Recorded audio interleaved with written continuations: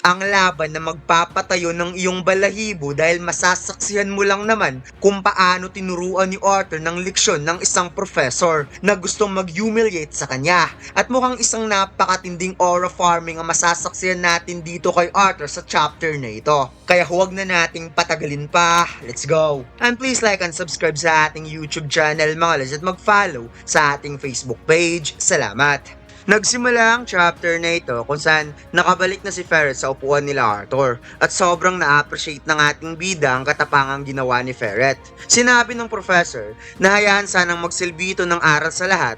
Akala kasi niya na dahil sa lamang si Ferret sa elemental, kayang ipagtanggol nito ang sarili, ngunit nagkamali siya.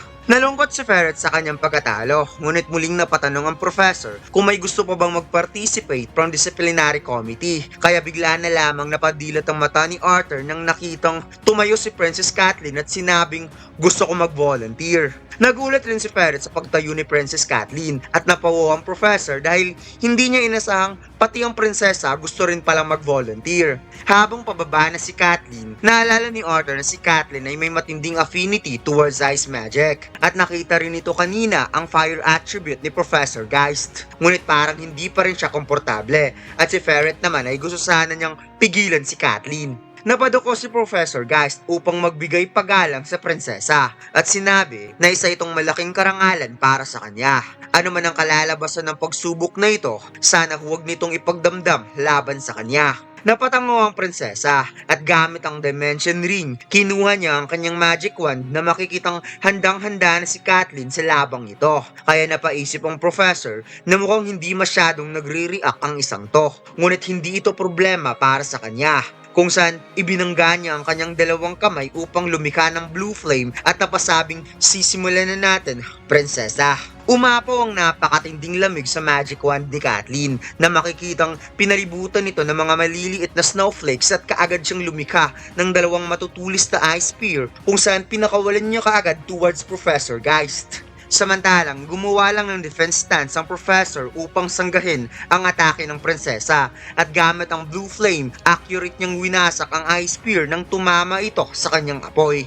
Wasak ang dalawang ice spear at sinabi na ito talagang inaasahan niya sa kanilang prinsesa. Nakakamangha. Ngunit nakagawa na pala ng 5 matutulis na ice spear si Princess Kathleen na parabang panimula lang yun kanina at agad pinakawalan towards Professor Geist. Mabilis na nakalikha ng mga maliliit na fireball ang professor at pasimpleng pinakawalan upang sanggahin ang ice spear ng prinsesa. Kung kaya't walang kahirap-hirap na winasak ni Professor Geist ang lahat ng atake at nagkaroon ng napakalawak na usok.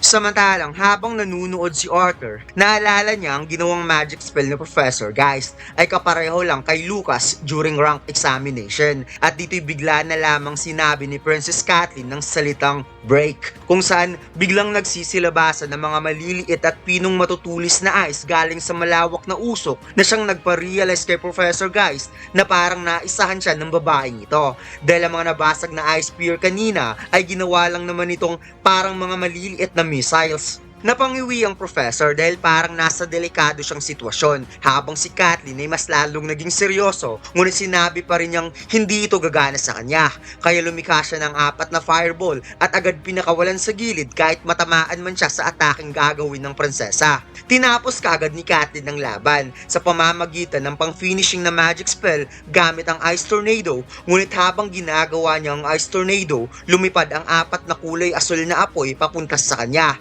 Realizing na hindi niya ito madidepensahan habang ginagawa ang Ice Tornado. Kaya napadilat na lamang ang prinsesa nang nakitang sobrang lapit na towards sa kanya ang 4 na fireball. Habang si Ferret ay napawat sa sobrang gulat at si Arthur naman ay napatayo habang napamura.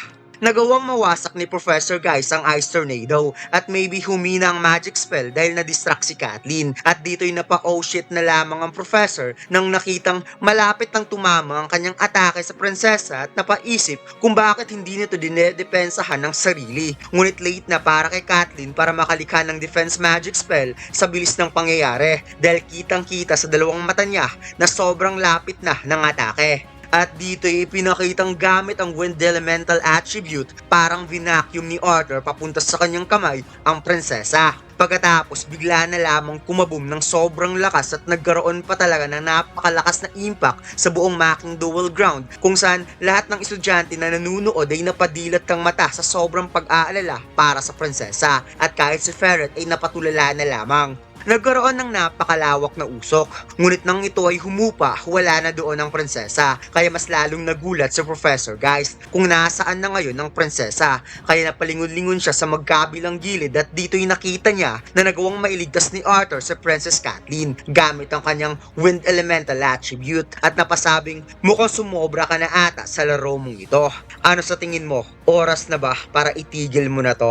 Napangisngis ang professor na para bang natamaan ng ego niya at sinabing na-appreciate naman niya ang pag-aalala nito para sa prinsesa, ngunit hindi na ito kailangan dahil everything is under control. Kaya bagsik na inulit ni Arthur ang salitang everything is under control ha.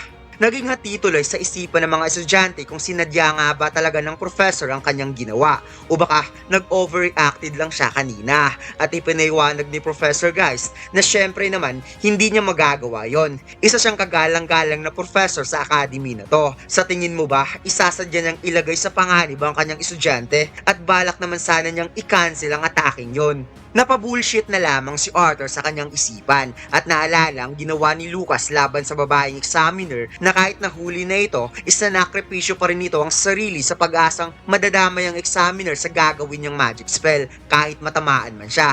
Kaya napaisip ang ating bida na once naging fully manifested na ang isang spell, napaka-imposible nitong makancel. Ngunit na-realize ni Arthur na hindi naman nasaktan si Kathleen, kaya wala siyang patunay sa kagaguhang ginawa ng professor na ito. Kung kaya't naisip ng ating bida na wala na siyang choice kundi pilitin ng lasinggirong ito na magkamali. Kaya sinabi ni Arthur, in that case, sa pagkakataong ito, hayaan mo akong pumalit sa aking kasamahan para sa demonstrasyon na ito. Napangiti ang professor at napasabing kung mapilit ka talaga, walang problema. At mukhang tapos na rin naman sila sa prinsesa anumang kaso. Kaya tumayo si Kathleen at pinagpag ang kanyang shoulder. At dagdag pa ng professor na hindi sana masamain ng prinsesa. Wala siyang balak na ito ay saktan. Ngunit napalingon lang si Kathleen at umalis at walang iniwang salita. Seryosong napatanong si Arthur kung okay lang ba si Kathleen, kung saan bigla itong napatigil at sinabing ang pagtulong nito ay hindi naman kinakailangan. Ngunit salamat pa rin. Kaya napangiti si Arthur at seryosong napatitig kay Professor Geist.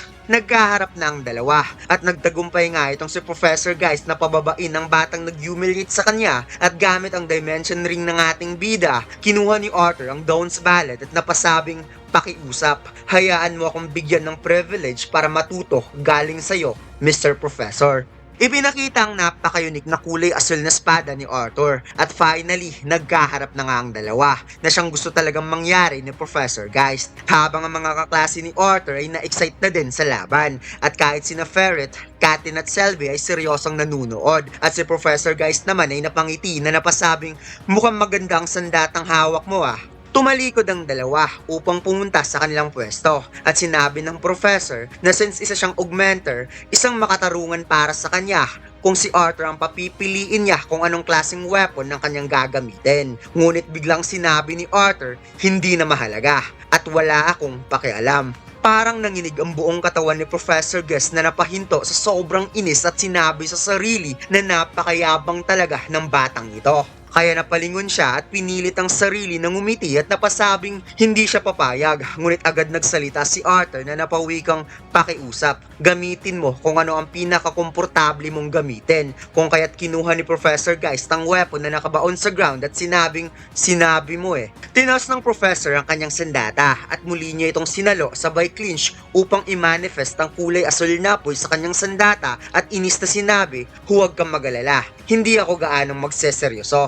Mabilis na sumalakay ang professor towards Arthur habang ang ating bida ay kalmado lamang, kung kaya't kaagad nag-clash ang kanilang mga espada at seryosong nagkatitigan ng dalawa. Bumawi ng bigla ang atake si Arthur na kaagad namang nadepensahan ng professor gamit ang nagliliyab niyang espada, at sa lakas ng counter ng ating bida ay talagang napaatras si Professor Geist at napawikan na lamang si Arthur sa isipan, talaga bang hindi ka magseseryoso ha?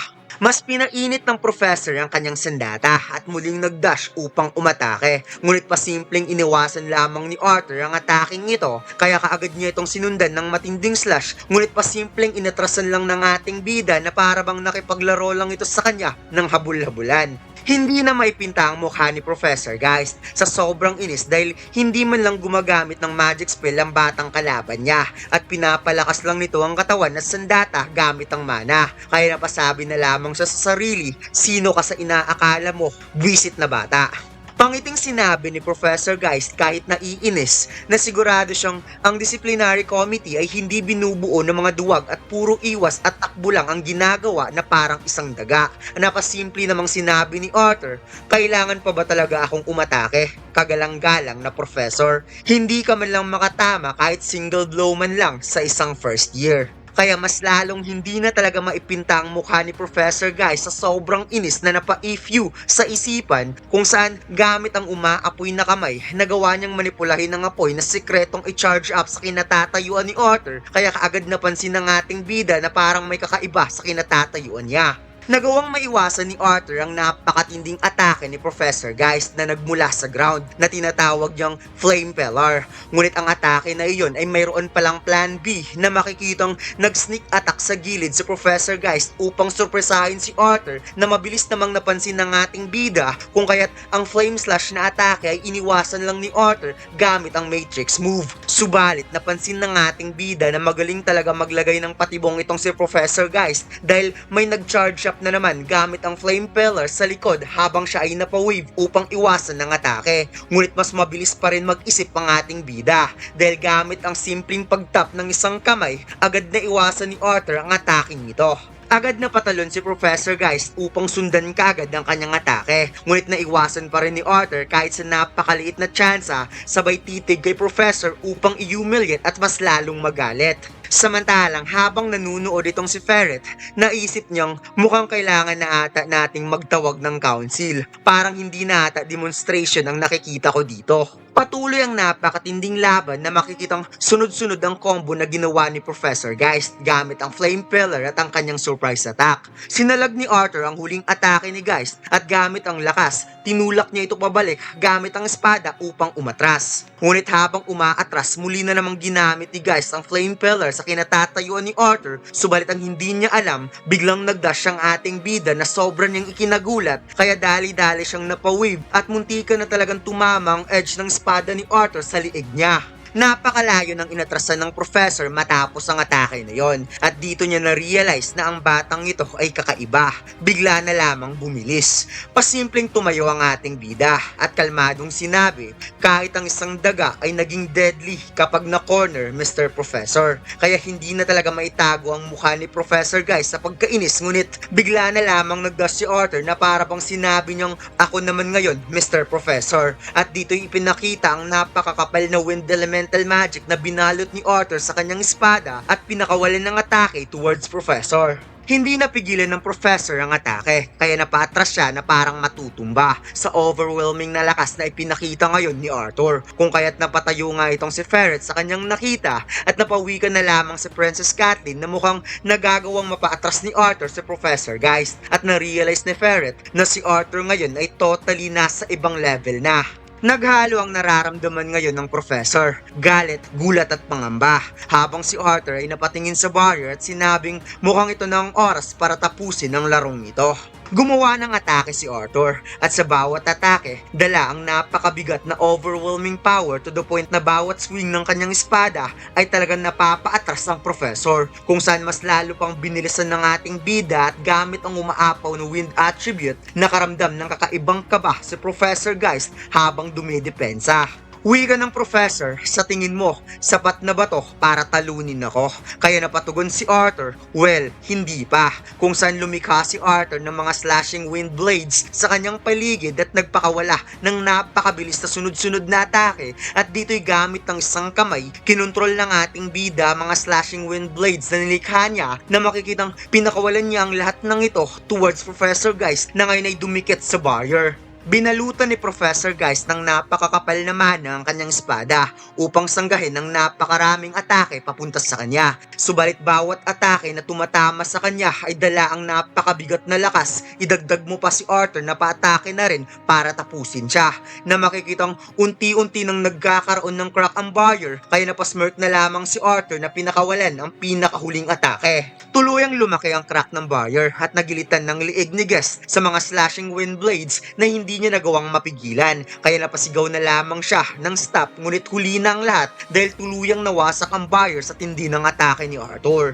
Bumagsak ang professor kasama ang kanyang espada at nagulat na lamang siya nang biglang bumaon sa gilid ng mukha niya ang asal na espada at napasabi na lamang si Arthur, "Salamat nga pala sa inyong gabay, Mr. Professor." At dito lang nagtatapos ang chapter na ito mga lads. Huwag mo sana kalimutan mag-like, comment at mag-subscribe sa ating YouTube channel at mag-follow sa ating Facebook page. Salamat!